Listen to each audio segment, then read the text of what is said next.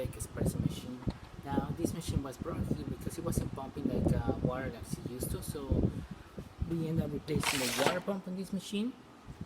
This one over here, and we also find out when that the group head, pretty much the whole CE system will need an overhaul, and we end up replacing all these new parts. You see, deep cleaning pretty much everything inside the group head, making sure there's no scale, and making sure that all the water is flowing correctly. Pretty much we just deep clean the group head as well as the portafilter, and replace springs and pretty much most of the parts that were over here. So start with one shot of espresso. We're gonna test out this machine.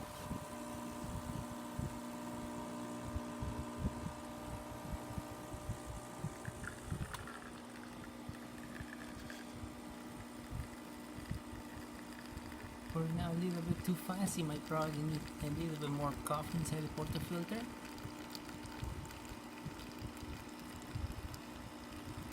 I'm gonna stop it right here. Good crema and good color. Yeah, definitely needs more coffee in there.